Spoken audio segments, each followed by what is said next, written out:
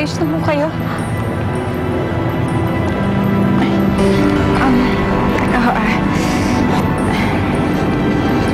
Ito, para sa inyo yan. Dito na lang po siguro kayo magpahinga. Sige ho.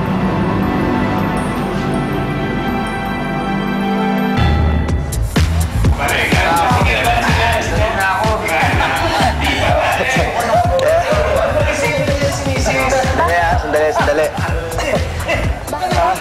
Pogi, ayaw mo ba? Hindi na ko lang. Falcon, mukhang tinamahan ako ng gusto eh.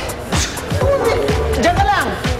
Alam mo, cheers na lang para kay Falcon! Happy birthday! Ha? Happy birthday! Relax na lang dyan! Paano? Happy birthday lang at may kailangan pa akong gawin, ha? Happy birthday! Sige!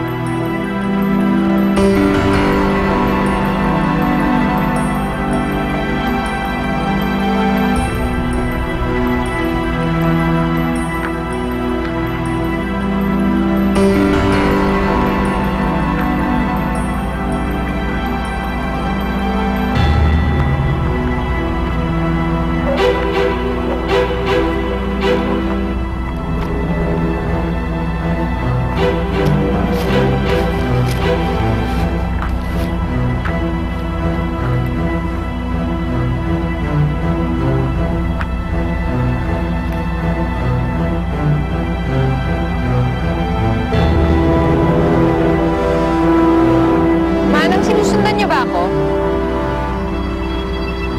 Ay.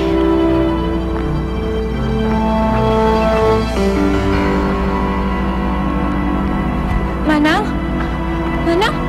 Manang? Manang! Manang! Manang, ano nangyari sa inyo? Manang! Manang! Manang! Manang! Manang? La? Saglit.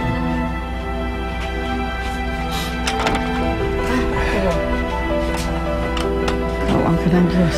O ano, nakita mo ba nanay mo? Hindi nga ako eh. Hindi ko na rin alam kung saan siya hanapin. Ako rin, hindi ko rin alam kung anong gagawin ko na. Kung naalis naman ako dito, baka mamaya bumalik siya. Oo. Kung napagod ka ata Gusto mo kumain? Saglit ipaghahanda kita. Lagi na ako lang. Naisip ko lang nanay. Anak niya nga ako pero parang napakarami ko namang hindi alam tungkol sa kanya. Aling... Anita? Anita ang pangalan ko? Ako naman po si Rachel. Ito po. Nanapala kayong ulam. Ito pa po. Kunin na rin po ito. Gusto niyo po lahat yan, ha? Kamain po kayo ng mabuti.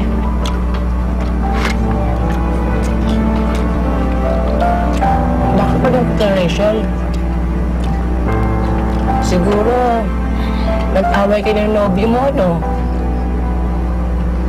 Hindi naman po. Konting pagtatampuhan lang. So nga pala, kanina may nakilala akong kaibigan niya eh. Talaga? Ano sabi ng kaibigan sa nanay mo? Sinasabi daw ni inay nun na delikado raw ang buhay niya dahil sa akin. Plano niya raw magpalaglag. Siguro, kaya gano'n lang din ang galit ang nanay sa akin. Inisip niya na ako may kagagawan kung bakit nagkaganon siya. Wala kang kasalanan doon. Kung ano man ang kinahinatnan ng sitwasyon niya noon, kagagawan niya yun. Hindi ikaw. Hindi mo na. Tama ako. Ganun din kasi ako noon. Hindi maalis sa isip kung pinag-aawayan namin ng nobyo ko. Anong ginagawa niyo? problema. Wala namang maitutulog kung makikipagsabayan ka ng init ng ulo, hindi ba? Hindi malulito sa mga ganung awayan. Pero syempre, sinisiguro ko pa rin na ako pa rin ang panalo sa bandang huli.